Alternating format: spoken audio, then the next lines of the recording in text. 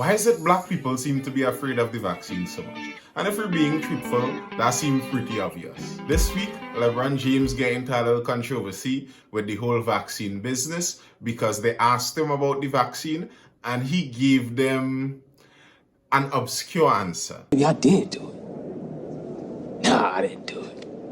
Or did I? Nah, I didn't. Or maybe I did not do it. Did you? I didn't do it, or I did. Who knows? I don't.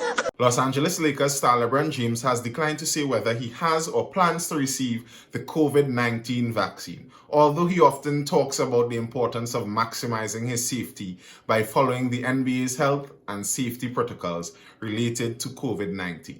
Now, in the case with Lebron James, I feel extra pain for him because unfortunately over in the US, the whole COVID business got very politicized, and the stance you take on COVID has a lot to do with the stance you take on politics, and I think they were trying to do some of that here in Trinidad, and I thank God that none of it really stuck, and we let our better sense prevail and keep the politics out of the COVID, because what happens if the politics gets in the COVID is some people would be making foolish decisions based on their political leanings and their political preferences, and those decisions will be based on their health. So while you should be consulting with a doctor, you'd be consulting with your favorite politician, and you just may be dying because of it. So with the political slant that the whole COVID-19 got in the US, I honestly feel sorry for Lebron, but he has gotten himself inside of some of the politics also. So some of it is just kind of what he already bought into. The question that he was given: hey Lebron, I know you've talked about how your availability for this team in the postseason is a huge factor for the team's success. I was wondering if that value affected the way that you thought about the COVID-19 vaccine and being available, not being in protocols. Nah. Well, this is LeBron talking, right? Nah. Anything I do off the floor is predicted by... Let me see if I can hear my voice that low. Anything I do off the floor is predicted by my family for the majority, for 99.9% of that. For 99.9% of that. So it's about the health and safety of my family, and that's what it came down to. Me being available to my teammates on the floor is me taking care of my body, me doing everything I can do to make sure I'm available both mentally, physically, and spiritually as well. But anything of that nature, that's all family talk. Hey, the like button, click that. Yeah, now's a good time. And if you have a comment to make, feel free to make the comment. I like to say make the comment after the video to know that you look at it and what you're commenting on is part of the discussion and you're building a discussion. But if you just want to comment and say something, that's fine too. Just comment and say, hey, what's up? Increase the engagement on the videos. Share it to people who you think would like to see it. Share it if you think it's a good thing and good content being given. And subscribe to see when new videos come. The interviewer wasn't just taking that family talk and the family excuse lightly. But to be fair to Lebron, the family talk part of that is true. Whether he takes the vaccine or not and his stance on all of that and his health in that aspect is up to him and his family. Anyway, the reporter went on to ask him, and do you mind me asking if you're confirming that you did get the vaccine?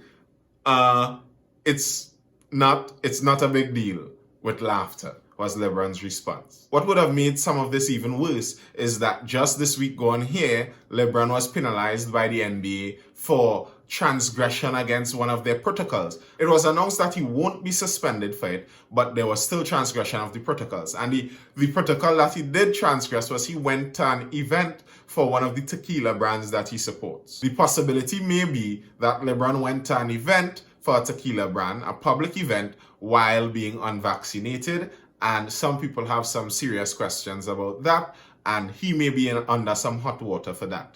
Strange enough, LeBron himself would fit the exact demographic of the people that they're saying are most apprehensive or most hesitant about the vaccine in the first place: young and black.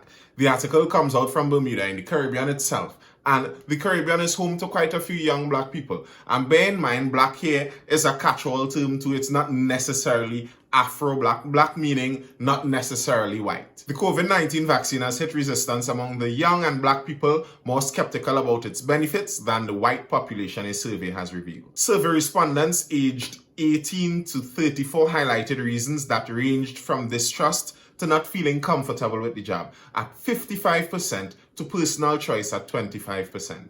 Another 20% said they were not convinced vaccination was necessary. White people were far less likely to turn down the vaccine compared to black people. Just 1% of white people were against the jab, but 16% of black people said they would definitely not get vaccinated.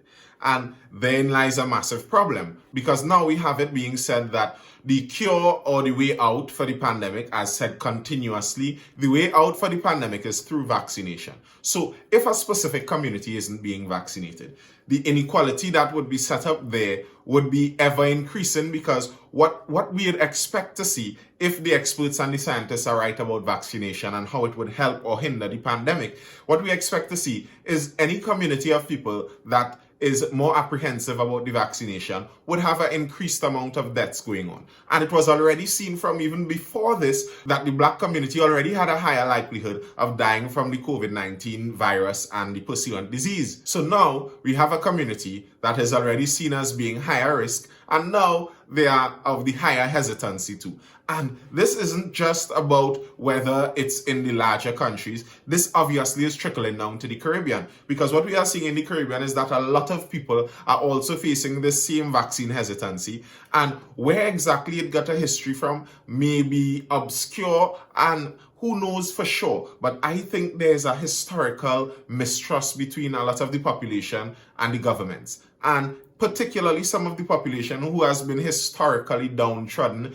And some black people have enough reason to not trust the government trying to vaccinate them or medicate them. There was the Tuskegee experiment way back in 1932, 89 years ago, where a lot of black men were taken and said they were being treated for syphilis, but the government was actually experimenting on them. So now some people, some 89 years later, still have some lingering suspicions. And of course, that Tuskegee experiment wasn't the only one of the atrocities committed against some black people. So okay, there's some mistrust there. But in this case now, this mistrust may be actually causing a bigger divide to happen. How open our economy is depends on the vaccination level. And what if there's difference between different communities, and how open the economy in a specific area or a specific community or a specific region is dependent on their vaccination. And then you have communities of people that have a lower chance of taking the vaccines. So what is going to happen to these communities in the back end of this pandemic? In some of the videos I did last week, we spoke about how St. Vincent is struggling to get people to be vaccinated, Grenada is struggling to get people to be vaccinated, and Antigua is struggling to get people to be vaccinated. And out of Antigua, their prime minister, being a more outspoken guy, he said something that he noticed about it. He came out very clear and he said it, that vaccine hesitancy appears to be stronger among indigenous Antiguans and Barbudans than among the expats dwelling among us, the nation's leader says he has observed. Prime Minister Gaston Brown, who is the Prime Minister of Antigua, he went on to say that I noticed too, that it is primarily the indigenous Antiguans and Barbudans who are fighting the vaccination process. What I've found is that a lot of Caucasians who are living here, early and bright, they got out there and they got vaccinated. And that's the observation from the Prime Minister of the country. And he himself is not a Caucasian man. And he is making this observation as a Caribbean person, as an islander, that he is seeing among the Caribbean islanders, this vaccine hesitancy also seems to be lining up along some kind of racial or ethnic lines. Honestly, the base cause of this, I don't think anyone can find, because I don't think the base cause of this is any one thing. The base cause of this would be very likely many things spread out over a very long time span. And who knows who would be able to properly rectify that, if it's possible to even do. The distrust that has been built with the communities and the governments over centuries long.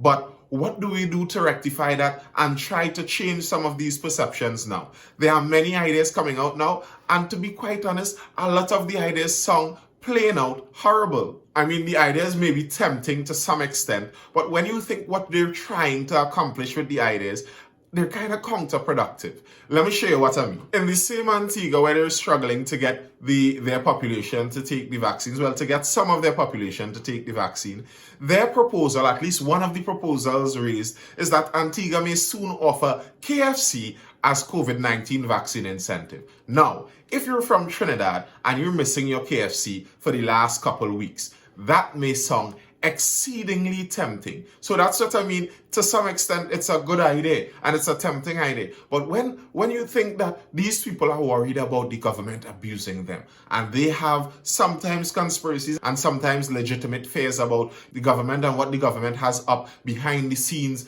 and secretive and unbeknownst to them.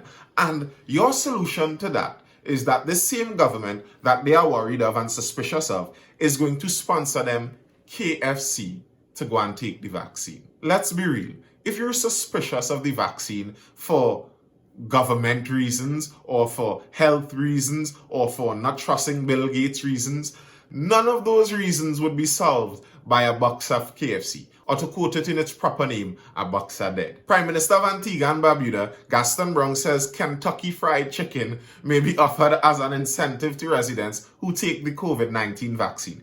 Brown said he has been told that KFC seems to be a popular option. He said the government may well be prepared to explore the option of giving a bucket of KFC for the first COVID-19 jab. And this potential KFC over in Antigua is already additional on top of the benefits that they're already receiving, because the Antiguan government is already paying residents to be vaccinated. The Antigua and Barbuda government has entered into a partnership with a local company to offer an incentive to residents who take the vaccine. The Ministry of Health, Wellness and the Environment said it was partnering with Epicurean Fine Foods and Pharmacy in a One World Protected campaign, offering an easy $50 food voucher to each person receiving a first dose of the COVID-19 vaccine. So you're already getting $50 and you might get a whole bucket of KFC. I think Antigua may be setting up themselves for COVID-19 vaccine tourism.